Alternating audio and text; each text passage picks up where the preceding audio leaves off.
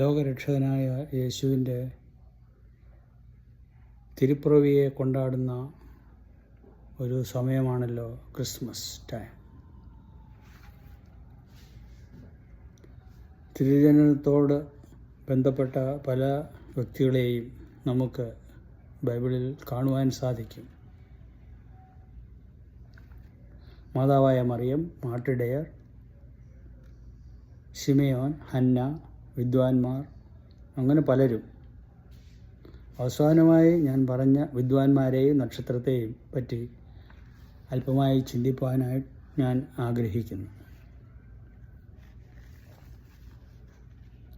വിശുദ്ധ മത്തായിയുടെ സുവിശേഷം 2-ാം അധ്യായം 2-ാമത്തെ വാക്യം, യഹൂദന്മാരുടെ രാജാവായി പിറന്നവൻ എവിടെ? ഞങ്ങളവൻ്റെ നക്ഷത്രം കിഴക്ക് കണ്ട് അവനെ നമസ്കരിപ്പാൻ വന്നിരിക്കുന്നു എന്ന് പറഞ്ഞു. രാജാവിനെ വെളിപ്പെടുത്തിയ നക്ഷത്രം. ആകാശം ദൈവത്തിൻ്റെ മഹത്വത്തെ വർണ്ണിക്കുന്നു. ആകാശവിധാനം അവൻ്റെ കൈവേലയെ പ്രസിദ്ധമാക്കുന്നു. പകൽ പകലിന് വാക്ക് കൊടുക്കുന്നു, രാത്രി രാത്രിക്ക് അറിവ് കൊടുക്കുന്നു. ഓരോ സൃഷ്ടിയിലും ദൈവത്തിൻ്റെ മഹത്വം വെളിപ്പെടുന്നു. വിദ്വാൻമാർ കണ്ട നക്ഷത്രം അവർക്കായി ഉദിച്ച നക്ഷത്രം അല്ല, പിന്നെയോ സകല മനുഷ്യജാതിക്കും വേണ്ടി ഉദിച്ചതാണ്. അപൂർവം ചിലർ മാത്രം ആ നക്ഷത്രത്തിൻ്റെ മഹത്വം ദർശിച്ചവരിൽ ചിലർ മാത്രം അതിനെ അനുഗമിച്ചു. നക്ഷത്രത്തിൽ കൂടി വെളിപ്പെട്ടത് ഒരു ദിവ്യ ശിശു അത്ര. രണ്ടാമതായി, നക്ഷത്രത്തിന് തെറ്റുപറ്റുകയില്ല, എന്നാൽ നക്ഷത്രത്തെ നോക്കുന്നവർക്ക് തെറ്റുപറ്റുകയുള്ളൂ.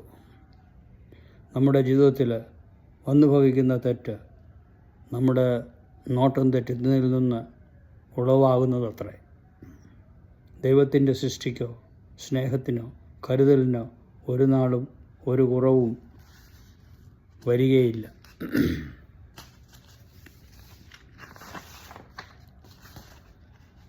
വഴിപിഴച്ച കാഴ്ചപ്പാടിൽ ഉണ്ടായ വിനകൾ വളരെയത്ര. ഹെരോദാവ് പരിഭ്രാന്തനായി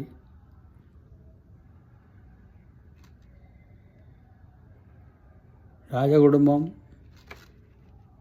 കലക്കത്തിലായി. നിർദോഷികളായ അനവധി ശിശുക്കൾ മൺമറഞ്ഞു. അനേക കുടുംബങ്ങൾ കണ്ണീരിലായി. നമ്മുടെ ജീവിതത്തിലും ഉണ്ടാകുന്ന പിഴവ് എത്രയോ ഭീകരമായ ഫലങ്ങൾ ഉളവാക്കുന്നു എന്ന് നാം ചിന്തിച്ചിട്ടുണ്ടോ?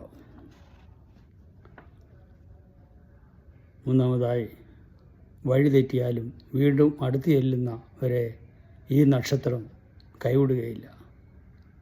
ദൈവം ദീർഘക്ഷമയും മഹാദയയും ഉള്ളവൻ. യഥാസ്ഥാനപ്പെടുത്തുന്നവരെ കൈവിടാത്ത ഉദയ നക്ഷത്രമാണ് കർത്താവായ യേശു ക്രിസ്തു. വഴിപോക്കർ ബുദ്ധിഹീനരായാലും ഇതാകുന്ന വഴി, ഇതിലേ പോയിക്കൊള്ളുക എന്ന് പറഞ്ഞ് നേർവഴി കാണിക്കുന്ന ദിവ്യ നക്ഷത്രമാണ് നമുക്ക് വേണ്ടി ഉദിച്ചത്. നാലാമതായി, നക്ഷത്രം വിദ്വാൻമാരെ ലക്ഷ്യത്തിൽ ചെന്നെത്തിച്ചു.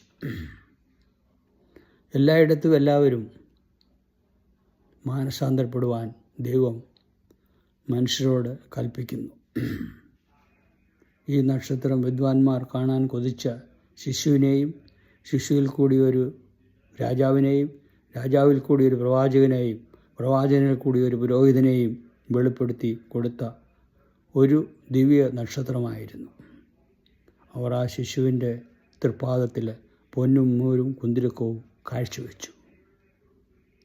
ആ ശിശുവിൻ്റെ ആധിപത്യവും ആലോചനയും ലഭിക്കേണ്ടതിന് നമുക്ക് നമ്മെ തന്നെ കീഴ്പ്പെടുത്തി കൊടുക്കാം.